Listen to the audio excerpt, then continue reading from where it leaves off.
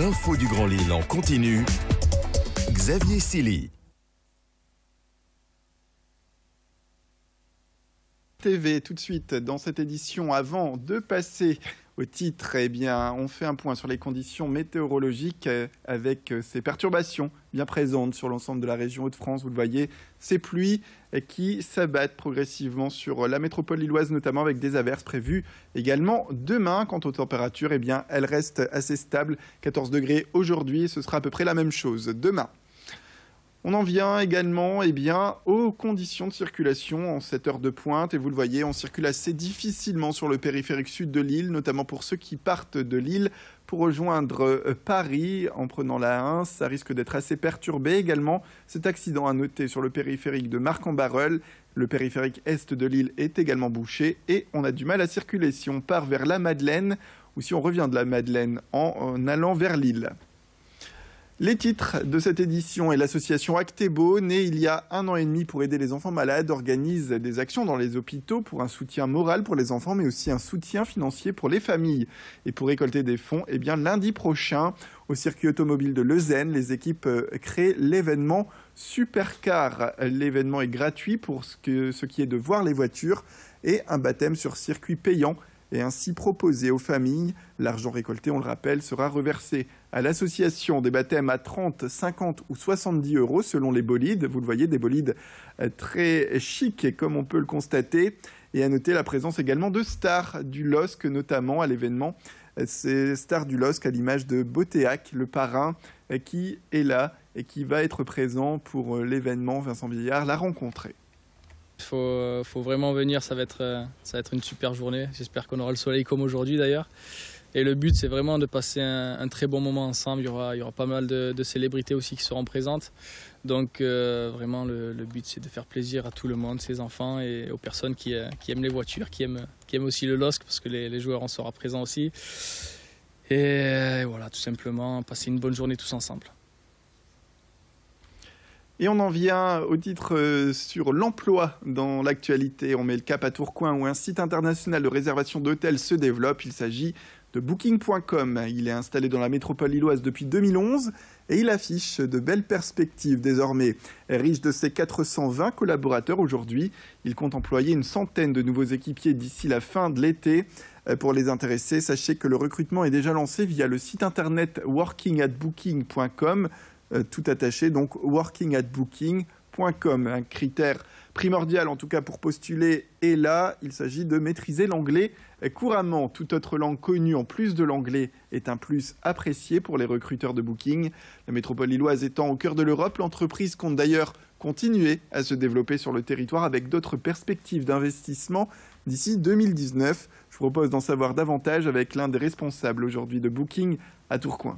On a ouvert le rez-de-chaussée et une deuxième partie du premier étage lundi, suite au départ de Pôle emploi qui sont partis sur la gare de Tourcoing. Et donc on est capable d'accueillir 150 personnes supplémentaires sur ces parties-là. On a un projet avec la ville de Tourcoing de déménager, de réemménager dans un nouveau bâtiment qui est en construction à côté de la gare de Tourcoing. Et là on sera capable d'accueillir jusqu'à 900 personnes sur site. À Solty, dans le Pas-de-Calais, un agriculteur a décidé de produire des pommes et des poires en respectant, dit-il, au maximum la nature et le travail de ses salariés. Plus de 40 personnes donc, sont occupées dans ces vergers au quotidien pour le bon fonctionnement de l'exploitation. Reportage d'Alexis Tessier dans cette entreprise qui valorise à la fois le produit et ses travailleurs.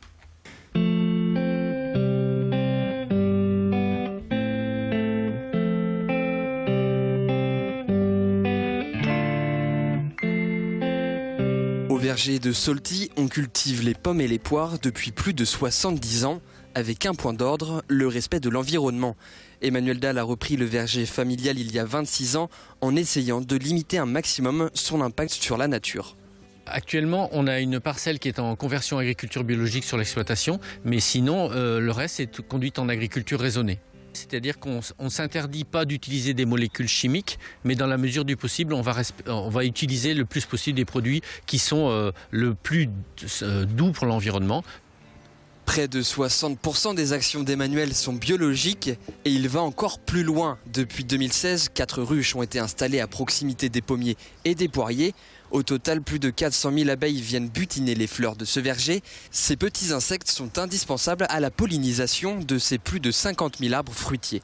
Depuis quelques années, on est rentré dans une autre démarche qui s'appelle Bee Friendly et qui donc mettre en place un certain nombre de mesures et de traitements qui vont éviter d'intoxiquer les abeilles et de permettre une pollinisation et de respecter ces abeilles. Une démarche environnementale qui plaît à David, gérant d'une entreprise de conditionnement et de commercialisation de pommes et de poires située à quelques centaines de mètres du verger. Les deux travaillent ensemble depuis de nombreuses années, mais le respect de l'environnement n'est pas l'unique priorité pour lui. Il accorde aussi une grande importance au bien-être des salariés. On essaye de privilégier vraiment l'emploi local et de travailler avec déjà d'employer 100% des collaborateurs en CDI à temps complet. Alors bien sûr après on peut aménager les temps en fonction des volontés des collaborateurs. On est vraiment dans une démarche de laisser une pleine liberté à chaque collaborateur et de choisir son temps de travail, d'avoir une flexibilité totale. Cette entreprise conditionne et commercialise plus de 14 000 tonnes de pommes et de poires chaque année qui seront vendues dans toute la France. Et pour terminer, eh bien, quelques images pour s'évader et parler de l'ouverture de la saison de la pêche dans la région depuis lundi. En rivière ou dans les étangs depuis le 1er mai, en effet, eh bien, les adeptes sont de retour autour des points d'eau pour attraper quelques brochets, quelques carpes quand le soleil est là. Exemple autour des étangs d'Annelin, ces espèces de pêche sont prisées car souvent ils sont gérés de manière à permettre d'attraper à coup sûr du poisson. Et à Annelin, eh bien, c'est plus de 800 mètres carrés de bassin qui sont là pour les passionnés, de quoi les ravir, à l'image de ce président d'association de pêcheurs qui se réjouit de la réouverture de cette saison. Pour nous, ça démarre bien. On a beaucoup de demandes, surtout pour prendre des cartes, mais on refuse aussi pas mal de gens. On démarre super bien. Après, voilà, on est super bien connus.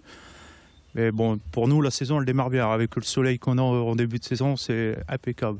Ici, dans l'étang, juste derrière nous, c'est un étang spécial blanc, Tange, Carassin, Gardon, Brême. Et le deuxième étang, c'est esturgeon, carpe, amour blanc, un petit peu de sciure. Mais bon, c'est des plus gros spécimens.